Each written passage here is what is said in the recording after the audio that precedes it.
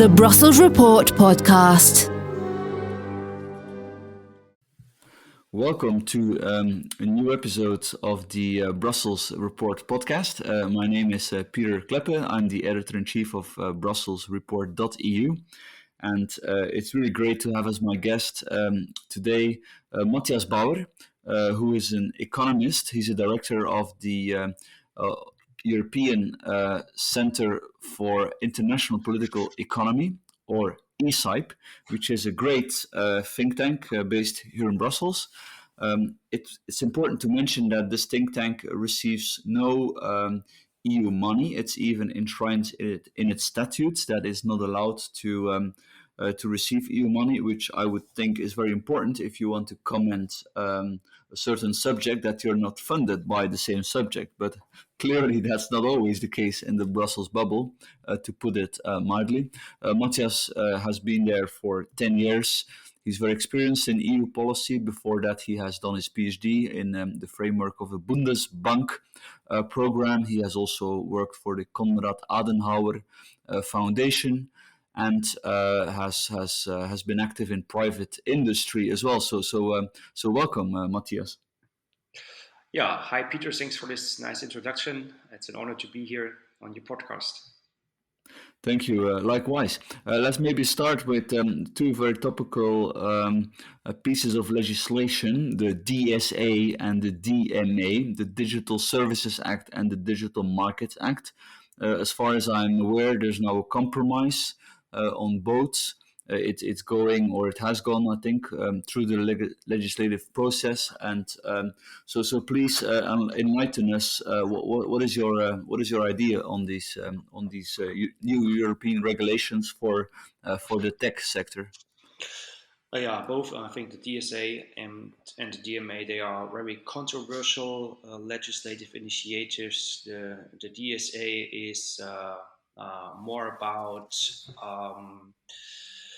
shifting responsibilities for taking care of products, services, and contacts to the providers of digital services, like Facebook and Amazon. Facebook, for example, moderating content. Facebook dealing with illicit products.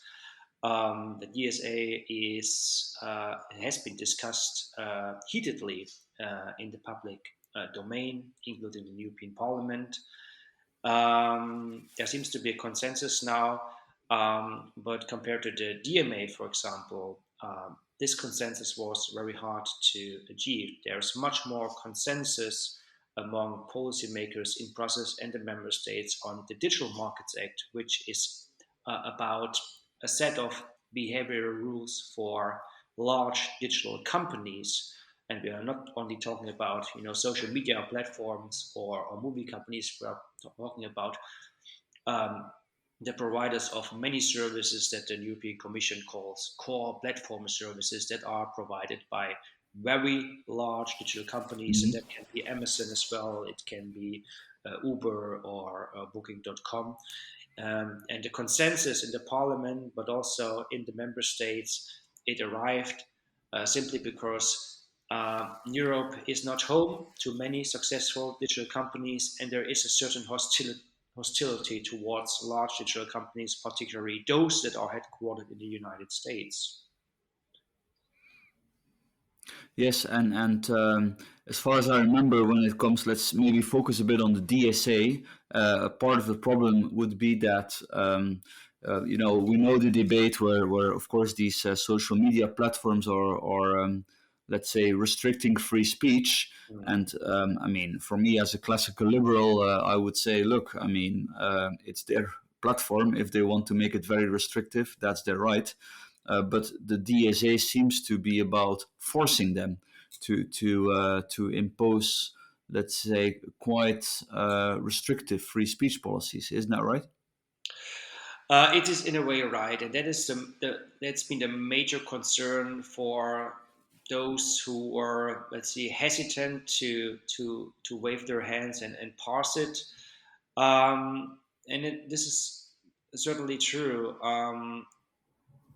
Governments at the member states, and I think there are now envisaging to establish national monitoring and enforcement agencies, they can be very infiltrating, to put it mildly, when it comes to regulating public opinion, after all.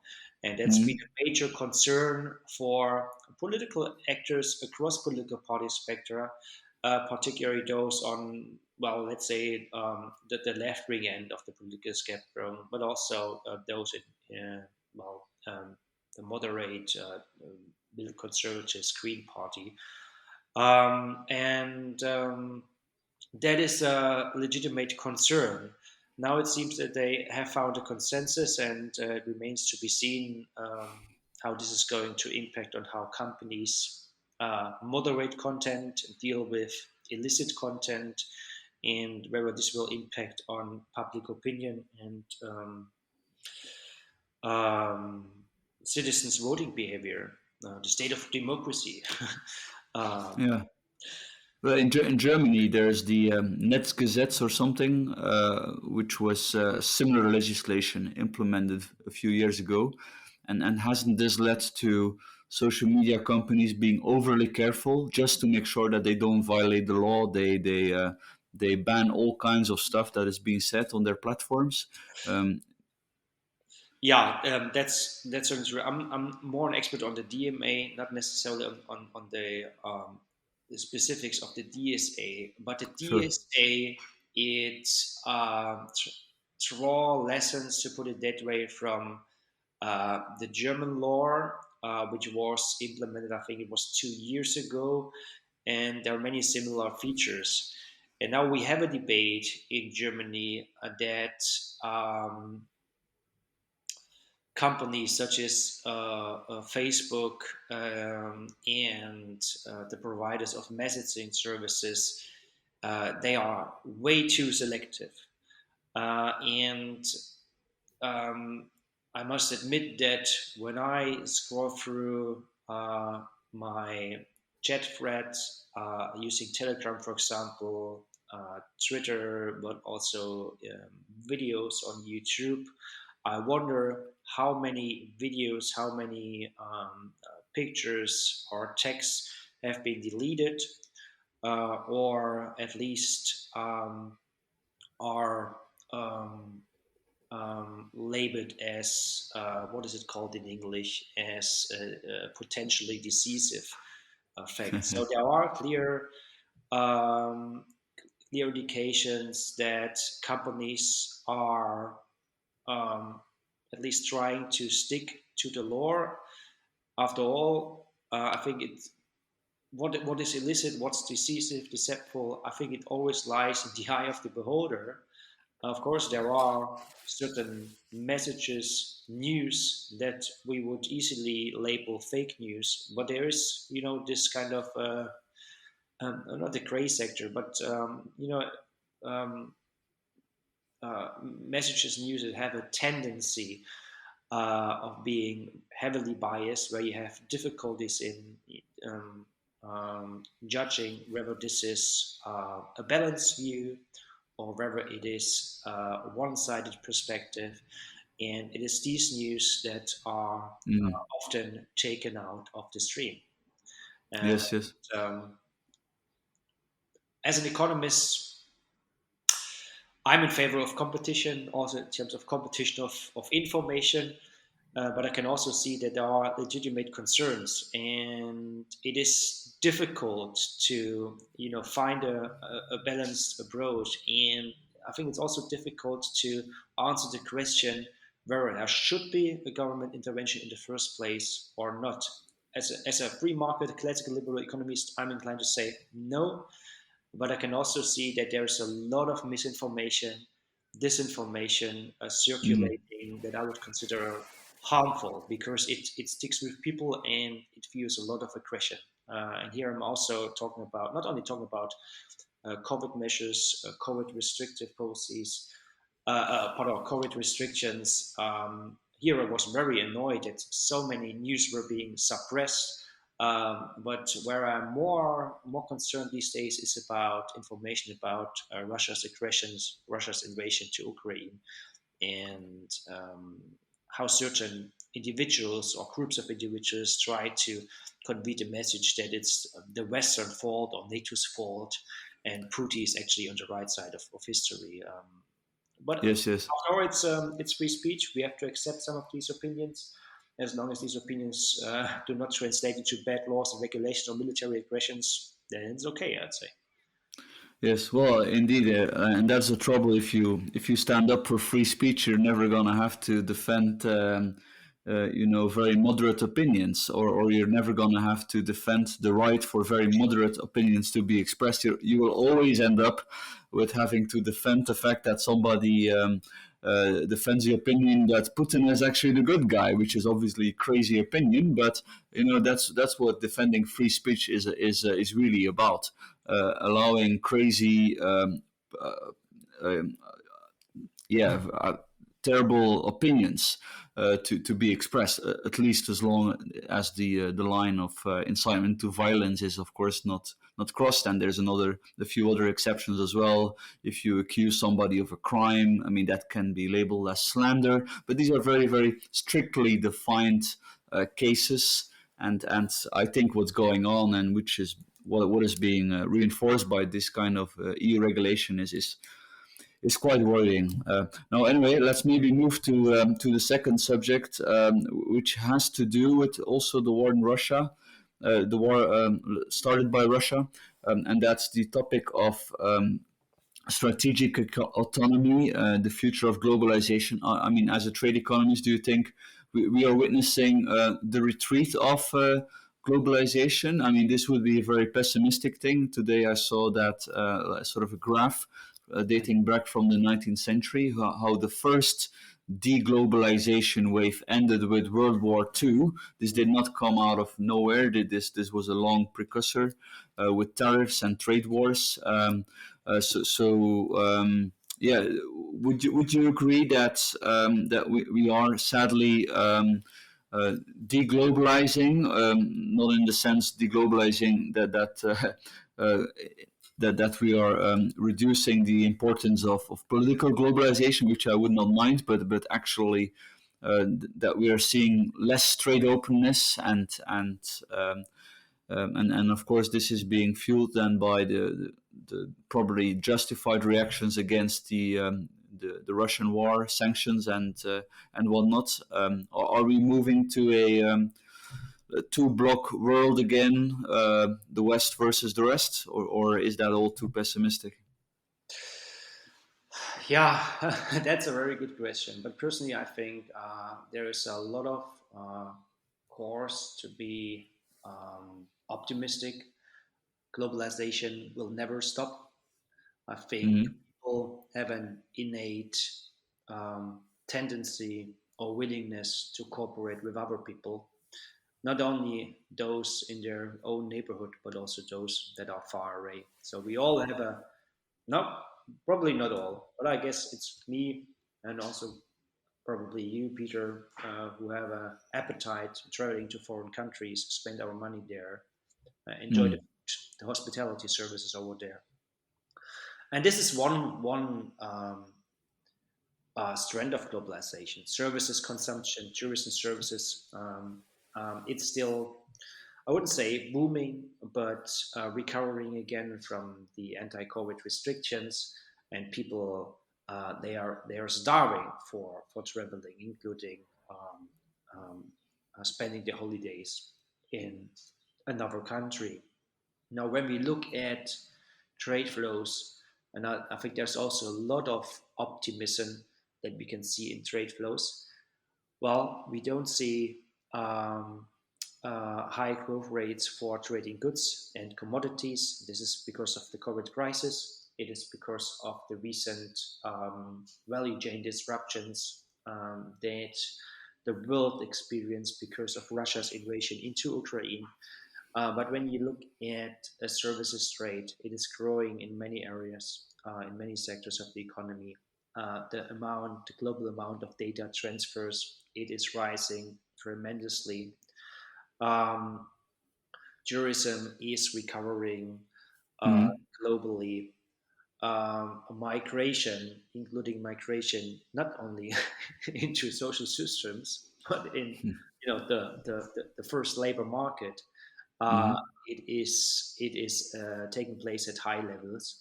The number of intercultural marriages, it is increasing. The number of students studying abroad, it is still at high levels. I'm not sure if it's increasing at the same rate as it did in, let's say, past decades, particularly in the northwestern hemisphere, but it's still taking place at high levels. So I think globalization, uh, it has slowed down perhaps in goods and commodities sector, but it will still continue. And look at services, data migration. There's a lot of stuff going on that we can put in the category of globalization. At the same time, we can see a very intense debate about sovereignty or autonomy in the EU and the US. Mm-hmm. There's a lot of talk about strategic industrial autonomy. And these debates, they started already 5, 6 years ago. We saw these words are being used in speeches of Emmanuel Macron, Angela Merkel, many EU commissioners. All that happened at the same time as the past president of the United States, Donald Trump, pushed for America First policies. Mm-hmm. It happened when the Chinese government tried to take a larger stake in China's economy, handing out privileges to domestic companies while at the same time restricting market access to foreign companies. And now we can still see it in the EU. The EU trade policy strategy opens calling for open strategic autonomy. We can also still see it in the US, where domestic policy making is now in favor of the US middle class, and trade policy is now in favor of the US American worker, according to the Biden administration.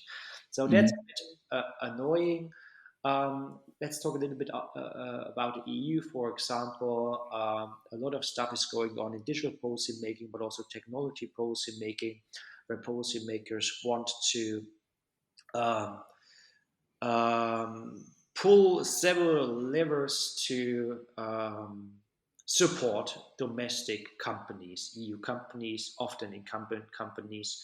The Digital Market Act, it's one particular piece of regulation that's very annoying in many ways, um, Mm-hmm. where the legislation is designed to hit large US technology companies predominantly. There was a recent study by the Peterson Institute that singled out or identified 11 companies that would meet the gatekeeper criteria of the European Commission. And we Mm-hmm. talked about 10, I think it was 10 US American companies and one company from Europe, SAP, and even for SAP, Oh. it's not really clear whether it will meet the qualifying criteria for gatekeeper, like The token European company, just to make it appear it's not protectionist. yeah, exactly. It's like with the digital services tech. It is discriminatory by design, and the U.S. government Mm-hmm. should go and challenge it. They should Mm-hmm. either kind of retaliate or seek for um, uh, a case at the WTO, even though this will take very long. But in the case of digital services taxes, the section, what was it, 232? I don't recall the US law, but there's this investigations into foreign companies' trade policies, and it helped to first of all put the European EU-wide digital services tax in the freezer, and to kind of discipline other European governments to suspend their own digital services taxes at the EU. Yes. And I can well imagine this is going to happen with the DMA as well. Then we see other initiatives that are targeted at technology companies, for example, the review of IP, patents, standard essential patents, where it's mainly about the redistribution of income from very successful technology producers and developers to those who Mm-hmm. use the technology to implant it in their own products or services. Yes. In pharmaceuticals, it's more or less the same. It's a kind of a check on an IP system that generally works relatively well, but it doesn't really work well in the EU. It works better in the United States in particular, where you have a mix of a strong patents and market exclusivity rights plus high compensation for medicines, and so they can basically maintain a strong innovation cycle in the US, where the EU and EU companies are in many areas really lagging behind. And this all happens at a time when competition from Asia in terms of not only drugs development but also technology development in general is intensifying. Maybe could you explain why patent protection is worse in the European Union than in the States? Well, currently the patent system is not so much different, but Okay, yeah, that's there what. are there are political efforts now within the framework of the IP incentives review that was launched by the Commission, I think 2 or 3 years Okay. ago. On when we talk about pharmaceuticals, it's the overarching objective is affordable medicines, equitable access to medicines for all European citizens, and here the policymakers want to um, include exemption from patent protection for products or companies that develop products that are not immediately for unmet medical needs. They want to grant additional exclusivity for medicines for children, and for example, they are generally looking to the reasoning of market exclusivity that goes beyond pure patent protection, like supplementary protection certificates, which were already eroded in I think 2019. For standard essential patents, and here are many talk about the information technologies, information communication technologies industries. There's the claim that there are certain companies like Huawei, Ericsson, Nokia, Qualcomm, Broadcom that basically make too much from their developments in the past that were, by the way, really disruptive. That the technologies, they became standards like 5G or 3G, 4G, but now 5G. They will probably become 6G one day, or be part of an Open RAN standard. And the claim is that they basically earn too much money, which, by the way, they spend in additional research and investment. So it basically remains to the largest extent in the ecosystem. While others, and this is particularly European companies in the Internet of Things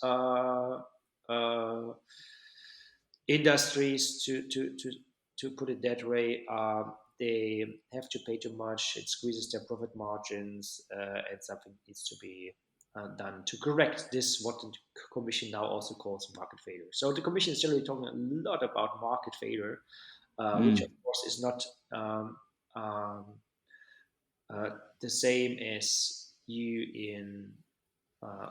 as what you are exposed in an economics lesson at the university when you are introduced into the system of market failure. But there are many things going on these days. I mean, maybe to pick on one thing you mentioned, like Huawei or Chinese companies, or just in general companies from operating from trade partners that do not play by the same rules. Think of the Emiratis subsidizing their airlines heavily. I mean, how should European countries, how should the EU deal with that? Yeah, it's a very good question, and I don't have a good answer. It's a very delicate matter. There is this foreign subsidies instrument, which is pushed by the French government, and they either want to have it become law by the end of June, with the end of the French presidency, of course. The problem is that it was intended to be a legislation targeting countries that you just mentioned, countries that we know do not have a kind of a high standard Western-like democracy, particularly. Hmm. But now it turns out that the system is, or that the framework that was tailored by the Commission, it's country neutral or non-discriminatory, which is good in EU trade, or generally in trade and investment policy making. Hmm. This is, this is why we have a WTO in the first place. This is why we have the non-discrimination and equal treatment principle also in trade agreements, investment agreements, and so on and so forth. The problem is that the foreign subsidies instrument, it calls on all foreign companies that make revenue above a certain size threshold to constantly monitor their value chains and the value chain of their suppliers on whether they receive subsidies from governmental authorities in the country of headquarter, countries in which they source their inputs, and so on and so forth. So it's a very, very burdensome policy, and it can have a very strong deterrent effect on companies um, from countries from which we, the Europeans, and I'm thinking also about most politicians, I guess, from which we Hmm. want to have investment, for example, in the energy sector, which is traditionally heavily subsidized, but also transportation, environmental technologies, uh, digital technologies, and so on and so Hmm. forth. And this has become a concern also in the U.S. government. I think they also discussed it at the recent Trade and Technology Council summit in Paris. It remains to be seen whether we will see a success of this law or not, or whether it will be kind of adopted in order to make sure that the EU can still receive investments from friendly countries. So there is a yeah, a risk that, let's say, a fundamentally good idea turns out to be something more protectionist, right?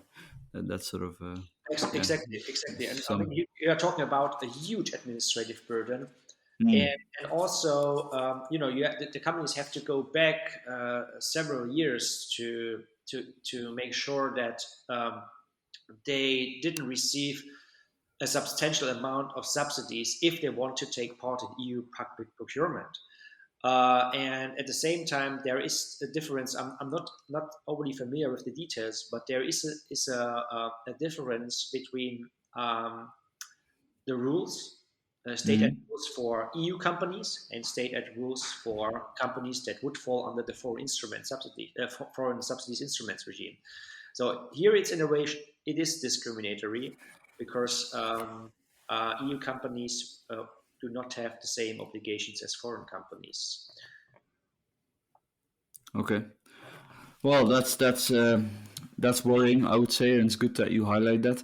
Maybe let's discuss the let's say some aspect of political globalization, which I would not necessarily be such a fan of, which is the in technical jargon the OECD Pillar 1 and 2 proposals. So the OECD is the think tank of the developed nations that has come up with two big proposals. The first one is some kind of a new arrangement to share corporate profits, and the second one is a minimum corporation tax, which has in particularly plagued Ireland, which of course has been Yeah. developing partially thanks to its very low corporation tax.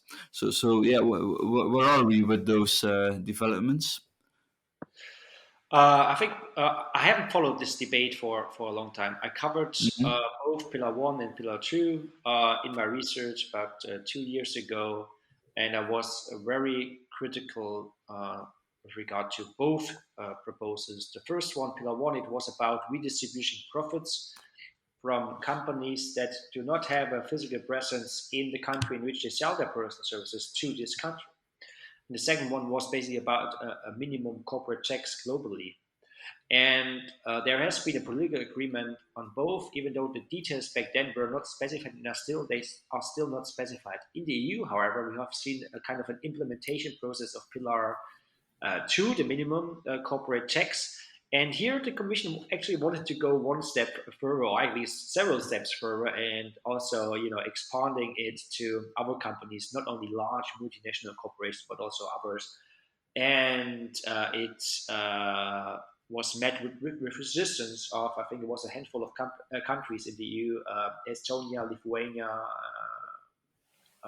Poland, Sweden, which did not want to ratify this proposed EU law on the minimum corporate tax in the EU.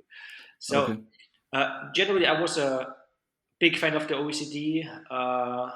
Let's say 10 years ago, OECD was also always, or the secretariat and the researchers there, they were always kind of in a free market mood, to put it that way. But now they turn out to be much more hawkish when they not in favor of free trade, free market policies, but in terms of advocating government interventions in the economy. And they of course have a signaling effect to other countries that are not part of this club. And here I'm mainly talking about BRICS countries, developing countries, emerging market economies. They are in favor of various data protection regimes for personal data, non-personal data, in favor of corporate minimum taxes. When we look at the tax debate, Pillar 1 and Pillar 2, and you look at the OECD impact assessment, it's not good. They are not good impact assessment that you would expect as an economist, uh, Yes. irrespective of whether you are working for a large multinational corporation in the tax department or for a national ministry. It's purely political. There are numbers that are made up from the very beginning, and they come out with old numbers. That certain groups of countries they would gain, certain would lose, but they wouldn't lose too much because they would gain in other areas, and so the net benefit would be a surplus for the world as a whole. There's, especially when you talk about the corporate minimum tax, there's no talk about tax competition, the merits of tax competition, um, um, about the loss of investment. Take Ireland; it's a very tax competitive country compared to France and Germany, both large countries, huge markets. They have difficulties attracting investment in their country because they do not have the gravity of the large market. So they can only compete with a good business environment, with well qualified people Yes. and low taxes. And this has been kind of um, neglected, to put it that way, in the debate about the OECD Yes. Pillar 1, Pillar 2, but also Pillar 1, which is about the redistribution of profits from companies that do not have a physical presence in a certain country. And there was a lot of talk also, coming from France, about large US multinationals that are headquartered in the US, sell a lot of stuff in the EU, and they don't pay their fair share of tax. But when you look at what French companies pay in tax, they don't pay their fair share either in France or our EU member states. Yes. And those who exclusively export dairy products, cheese products to the US, they make a lot of money on the US market, but it is exclusively being taxed in France. And we don't have a proper debate about um, this situation when we talk. Yes, I remember you did some research showing the effective corporate tax rate in countries like France, and I'm from Belgium. It's similar in Belgium, where many of the, especially big companies, have found ways to get all kinds of legal exemptions for this high corporate tax rate, which is of course unfair because then SMEs, smaller companies, often have to pay the full rate, right? And anyway, yeah, that's a very important point, I think. Exactly, and there's always, the political narrative conveying the message that they do not pay the fair share, they engage in tax fraud and evasion. They don't mention that it's legal to save tax based on uh, the law in these countries, and France is a good example. A year ago, in the midst of the negotiations on Pillar 1 and 2, they agreed on a new law granting companies that engage in technological research and development an even lower corporate tax rate than the reduced tax rate they already had implemented before. So it's a very hypocritical debate, and the bottom line is countries should be free on how they set their tax rates. This should be true for corporate income, capital income, but also labor income. And I'm saying this because I am mainly concerned about small and open economies. They are frequently being kind of hijacked by large countries. We see this in the trade and investment policy Mm. domain. We also now see it in tax. But when you look at small and open economies, take Switzerland, Sweden, Ireland, but also city and island states like Hong Kong, Singapore, these countries perform frequently much better with regards to low levels of corruption, with regards to openness to trade and investment, with regard Yes. to the quality of governmental institutions, compared to these countries with large countries like China, India, uh, Brazil, Russia, but also in a way France and Italy. And Mm. you see where the differences are. And now the big common denominator also is that they have high tax regimes, and most of the smaller countries have low and competitive tax regimes. So Yes. there's a different narrative to be told here. Absolutely, and that's it's great that you're fighting their corner, and we can see it's getting the world is getting rougher, and yeah, these small, dynamic, often less corrupt economies are under siege. So actually, I wanted to ask you as well on Russia and the sanctions, because if you think about it, I mean, your own country, Germany, which is of course the economic powerhouse of Europe, has been conducting energy trade with Russia and resources trade more broadly since 150, 170 years from the days of Bismarck. And before. What we're seeing now, I mean, this may be a game changer in a way that many people don't really realize what's at stake. I mean, if Western Europe stops, the commodities trade with Russia, wouldn't you agree that has, I mean, a very fundamental effect on our industry? Even if perhaps you may defend it, right? What Putin is doing is inexcusable, obviously, and whether sanctions are going to stop him is a big question mark. But it's probably you could make a case for it, but then perhaps it doesn't harm for us Western Europeans to think of the consequences, right? Um, what's your idea on this? Now, I think the consequences would be severe, at least compared to sanctions that Germany, but also other European countries or the United States imposed on our countries in the past. Um, at least this would be true for embargoes on gas, probably not so much on oil. Mm. At the same time, I see that there are many voices in this debate, political voices, but also experts from industry, experts from academia, that argue that we could handle even an embargo on gas with relatively moderate implications on Europe's industry and also households. In Mm. Germany, we recently had a very vivid debate among economists, German economists that were based in Germany or based abroad. Some of them were coming out with a bunch of analysis as trying to estimate the impact on GDP, short-term impacts, medium to long-term impacts, resulting from a German embargo on Russian gas. And the estimates range between, I think, -2 to -12%. And there was a lot of media coverage of these numbers. The bottom line is that we don't really know what's going to happen. Mm. These economists, they typically employed models that do not do not come close of capturing real market developments. You cannot really account for gas storage, patterns in consumption.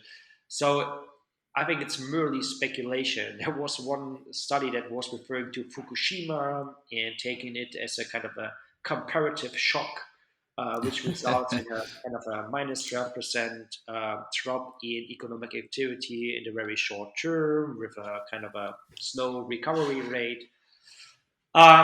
So the bottom line here is it's very difficult to assess it. I think we should pay attention to those who are closest to the business, even though these guys are biased. There's a commercial stake that they have, Yes. commercial Yes. interests, the guys at Vattenfall, the guys at Germany's major energy companies, and I think we only have a handful of key energy companies that engage in gas purchase, distribution, and in a way also supply. And they are very skeptical. I think they are in close exchanges with the German government and also with the European Commission's respective unit. So it's difficult to say, but generally, and I think we are aligned here as kind of coming from a classical liberal viewpoint. Sanctions should be avoided if they hit or only hit the people, the ordinary people, the guys on the street, and this has been frequently been the case. I remember we have had a very vivid debate at the very beginning, soon after February 21, was it 24th, about what to do, how to discipline the Russian government or those in power in Russia. And at the beginning, we were very skeptical, drawing lessons from Venezuela, Iran, Cuba, also North Korea. The regimes there are still operating, to put it that way. The constitutional principles are the same. The laws haven't changed much. So in short, sanctions didn't really help, except, help. They didn't really help. By contrast, they hit the economy and the general population in these countries without provoking a regime change. But now the situation with Russia is different. We are talking about extreme military aggression, which peaked in a war, in invasion to Ukraine after several instances with Georgia, for example, in 2008. So we have these aggressions that we didn't see from other countries in the past. Yes.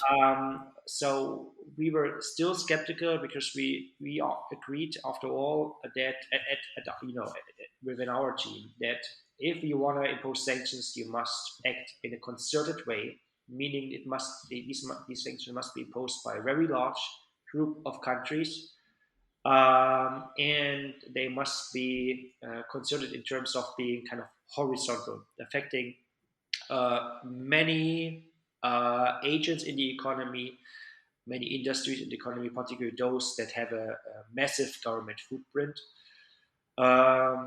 Sanctioning a few oligarchs wouldn't be helpful. And we were also, for example, calling for exclusion from the SWIFT payment scheme, even though there will be alternatives at the end of the day, in the medium to long term. There will be exemptions and so on and so forth. So in general, we were in favor of both sanctions, and we were also talking about alternatives, and we didn't see any or many. That's also a delicate matter. I understand that there are pros and cons, but given the current situation, I think these sanctions are merited. And if you look what is happening in Russia these days, they suffer a lot, particularly from the loss in imports. And in a way, it's also a good. It's good for us, advocates of free trade globalization. What doesn't really matter in international trade for your own prosperity, or at least it also matters, of course. But what also matters in international trade and for creating prosperity is imports. and the Russian economy is suffering a lot from being cutting off from imports, particularly in more sophisticated products or Mm. technology, light but also high technology products. They feel it. It will be very difficult to replace these products in the medium to long term. And I very much hope that there will be forces within Russia disciplining the current Russian government, perhaps triggering a regime change in the near future. But that, of course, remains to be seen. But all in all, I am optimistic, and I'm more optimistic if I compare the current situation with previous situation in which countries were sanctions, or groups of people within Yes, countries were yes. sanctions. But you know, the rich guys always have a kind of the possibility to escape these sanctions, particularly in the Mm. domestic economy. They find their ways, of course. All right, thank you for I think describing and explaining how difficult this debate is, and indeed, I mostly agree with you. I think I mean I'm a bit on the fence. I don't really know to what extent these sanctions will have an effect, but maybe at best it will make China think twice before they attack Taiwan, which they may do at one point. And other countries may also think twice in the future, even if I'm not very I'm quite realistic that in Russia, the regime is I think quite solid. It's not easy to make many changes from the outside. Anyway, let's move to the last subject which I wanted to discuss. You wrote a great paper back in 2019 on NGO lobbying on trade and investment, and this basically, I will just quote from the summary. One of the conclusions is that some of the most influential NGOs dealing with EU policy that in the past have campaigned against stated EU trade and investment policy objective have received substantial financial funding from the European Commission and national EU governments. I mean, perhaps for you it does not need any explanation, but I think many people in the Brussels bubble don't see any problem with getting EU funding and at the same time, lobbying for or against certain EU legislative proposals. Yeah, I thought that was a great paper. So maybe if you can reflect a bit more on that, that'd be great. Yeah, it was a it was a how to put it a strange project. So I started covering the debate about TTIP negotiations and campaigns against TTIP and CETA in 2014 and 15, realizing that there is a strong campaign movement against these modern and comprehensive trade agreements in Germany. And I Mm. realized that most of the groups that either steered or actively participated in the campaigns in the internet or on the streets. It were government funded organizations like environmental groups or groups affiliated with political parties like Germany's Rosa Luxemburg Foundation, which is Mm. the political foundation of the far left wing party in Germany. And these guys, Mm. for example, they organized anti-TTIP campaign trainings in every country in which they run an office in the EU, and it's pretty much every country in which they have an office on paid by German taxpayers, for example.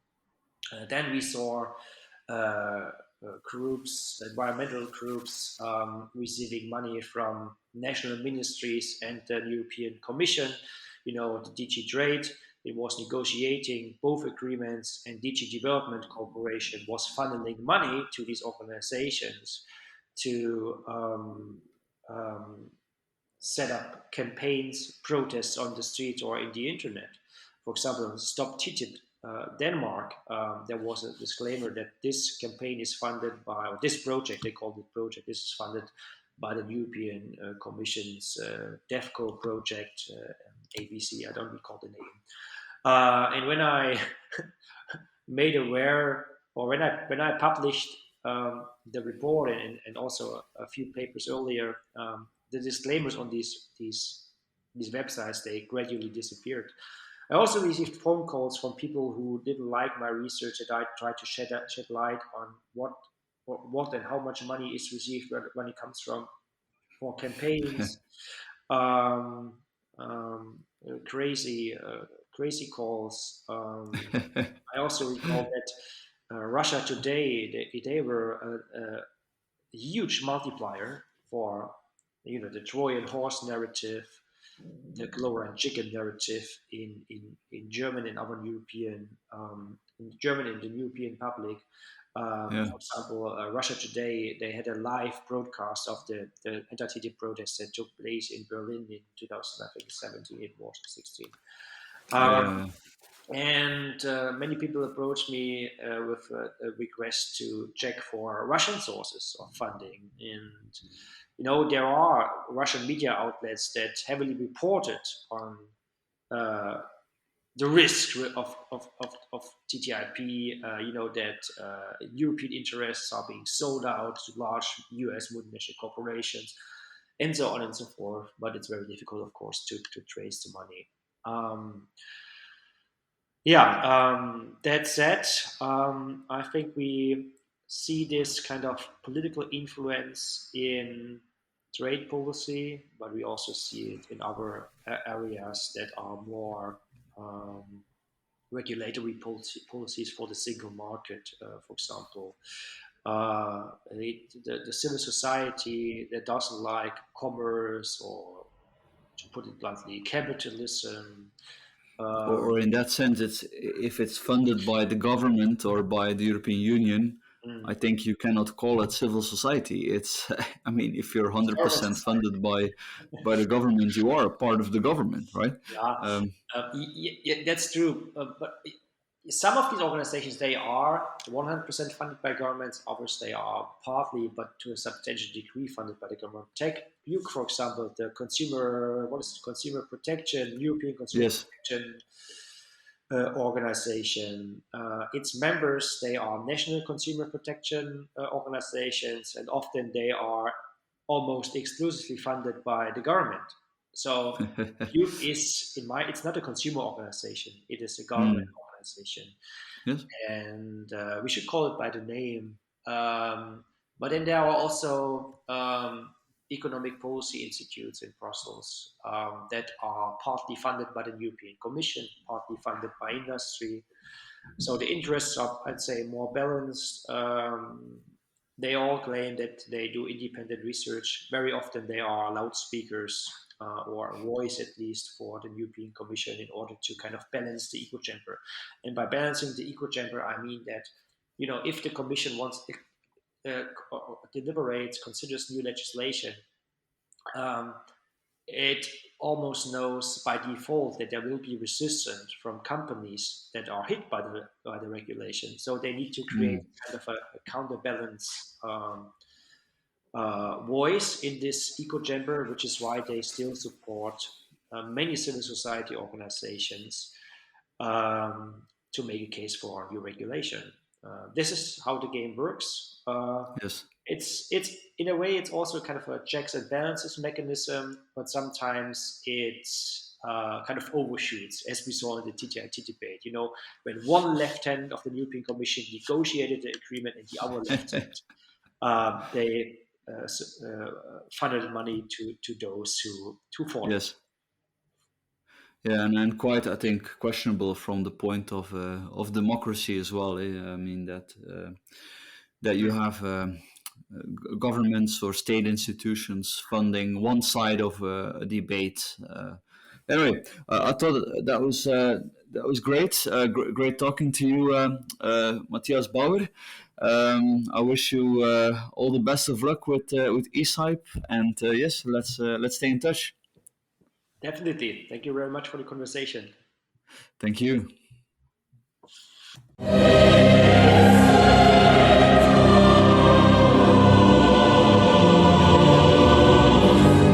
The Brussels Report podcast.